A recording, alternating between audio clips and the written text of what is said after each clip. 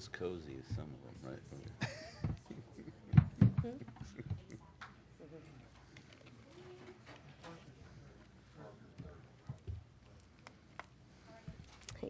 Good. Okay, if I can have everyone's attention, we'll go ahead and get started. We are joined by Greg Stucker, Goodyear Director of Race Tire Sales, and Robin Pemberton, NASCAR Vice President of Competition and Racing Development, here to talk about the use of the Zone Tread tire here at Texas. Greg, Goodyear introduced the Zone Tread technology last year. Texas is a new addition to that lineup. Can you talk a little bit about that? Sure. Actually, we approached Texas this year, 2014, much like we did Atlanta last year. We view the tracks as really very similar in their high speed, trials, the mile-and-a-half range.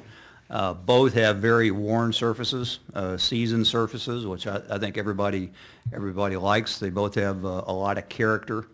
And so coming into this year to Texas, we wanted to make sure we addressed what we knew was coming, which was higher speeds, higher downforce with a new car, and wanted to make sure we were prepared for that.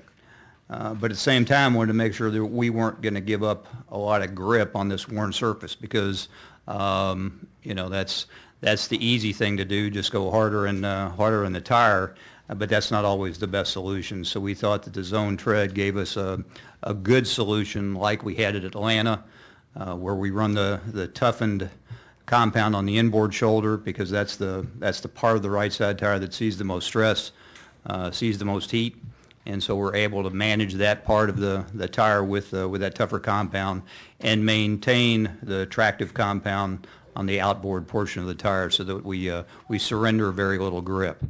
And at the same time, we're able to maintain the same left side tire that we've run here at Texas actually since 2011, which has performed very well for us here. So we feel very good about going into this weekend. Very similar to Atlanta. They're known quantities. In fact, the harder compound of this weekend's tire is the same as we raced in Atlanta last year. And the outboard compound is the same that we raced in both races here at Texas. So very known quantities.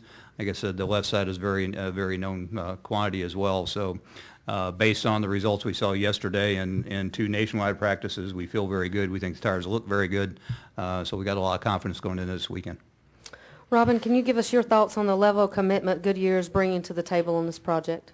Yeah, it really, they've always been committed to us, but with all the changes that we've brought forward in the last number of years with cars and suspension changes and aero changes and things like that. So we've been in step with each other, in tune, and Goodyear's done a great job developing new tires and bringing their new technology in to bring the best racing in the world to all of our fans. So it's been really good. It's been elevated, and it's been a really good working relationship. Okay, we'll open it up for questions for Greg and Robin. We'll start over here to the left. Jenna? Jennifer, APA. Greg, I have two questions for you. The first is, why would a handful of drivers be concerned or predicting tire problems before they've even been on the track here? I guess you'd have to ask them. We feel very good about our recommendation here. Historically, Texas has not been a racetrack where we have a lot of left side problems, to be quite honest with you. We address the right side because it is a high-speed racetrack, and that's what gets stressed tremendously here. And so we thought that's why we came with a Zone Tread tire, because it was the good solution to that. And really, I think, on the heels of some of the issues that we saw at Fontana, people are asking the question, is there a possibility we could see the same thing? There's always that possibility. People are always pushing the envelope, always trying to stress all parts of the race car. We understand that and support that. That's what makes racing great, right? And but historically, we haven't seen a lot of that. So I don't have a lot of concerns above and beyond anything we would have in a normal weekend. Based on what you just said, I think you've already answered my second question. Some teams have gone to NASCAR and asked them to regulate air pressure. You would not be in favor of that? I think we're both in agreement that we're going in a different direction. I think a lot of the teams have asked for some more flexibility and more control. And we know as Goodyear that if we start to push more towards more attractive tires, that puts everybody on the edge, and that means everybody's got to manage it. And I think that makes for a good event. If you have to manage not only tires but manage other parts, manage your strategy, I think that's what people want to see, and I think that's a contribution we can make. Additional questions? Okay, Bob, go ahead.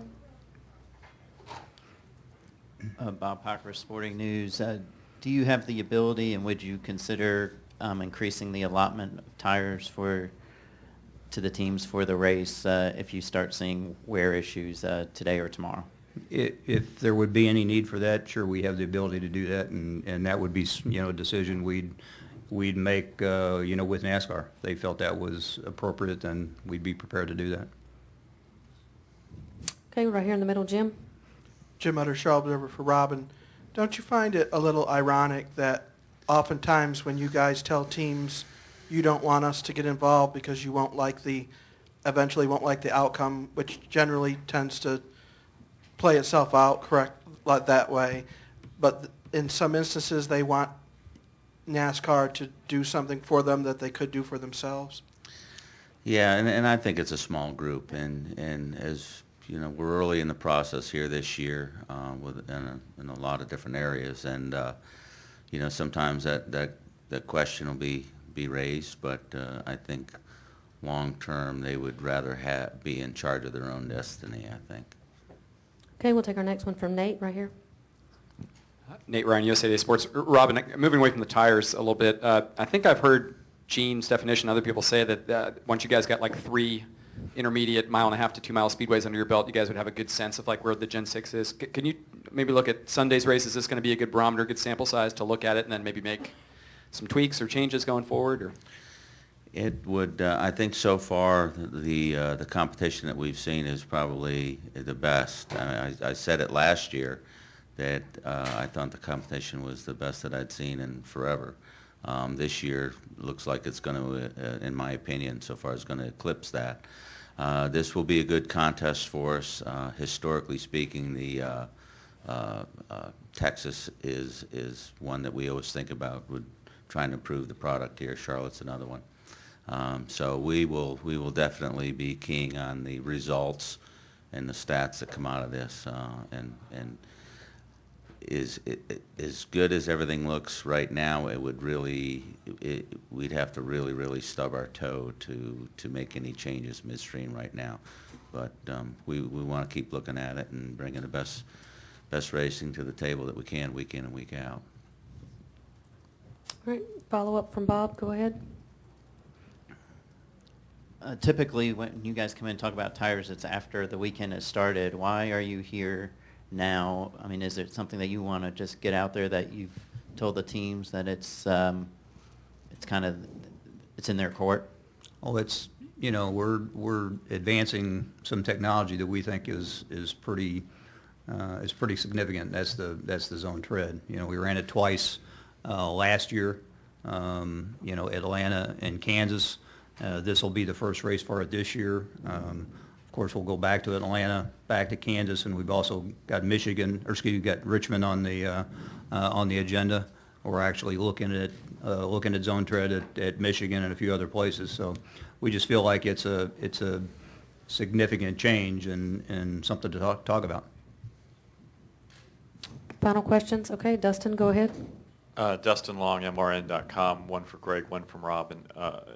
Greg, 2 weeks now past Fontana, I know what you guys have said. Do you feel like there is a need to test there looking at moving forward? Or looking back, was every problem essentially team inflicted? Was there anything else that came out in what you guys looked at? We haven't seen anything over the last 2 weeks that tells us any differently than, what our observations were there. But at the same time, I think we all want to keep the door open for, potential improvements or changes. As Robin indicated, we're still kind of early in the car. We know that there will be developments over the course of this year, so I think that'll be something we have on our radar. We've talked about it internally, And so we'll continue to talk with Robin and his guys and the teams and collectively determine if that's something we want to address. I think the last thing we want to do is to affect the quality of the racing there, because I think we all agree it's tremendous. So, but that's certainly something we'll keep open. And for Robin, I know there's a dozen teams that have gotten time penalties for practice today. Certainly you guys have done that in the past, but this seems to be a lot more than previously. Was there a particular issue at Martinsville, or is this an issue that you're not liking what you see and may have to at some point start doing 30-minute penalties or increasing it like you guys No, it's in general. I mean, to be fair to the garage, you have to maintain schedules and equal opportunities to work on your cars. We're more structured this year with getting our cars through inspection and getting them out on the line for qualifying. And so, to be fair to all the competitors, we have certain time frames in which you are allowed to work on your car when you have to be out of the garage and get ready for qualifying. So we'll continue to look at this. It's not anything towards any shenanigans going on or any problems or issues with racetracks or inspection or anything like that. So it's just a way of doing business. And if later on we have to make an adjustment to some practice times or things of that nature, we'll do them, but it'll be later in the season. Final question, Alan, right here. Alan Cavana, NASCAR.com. Robin, at any point, is there a directive from NASCAR to tell teams keep those left side pressures up high, or do you think the lessons learned from Fontana are enough of a message sent to them? No, not really. I mean, it's a very competitive garage area out there, and with as much pressure being put on teams to win and get in the chase, I think teams will be more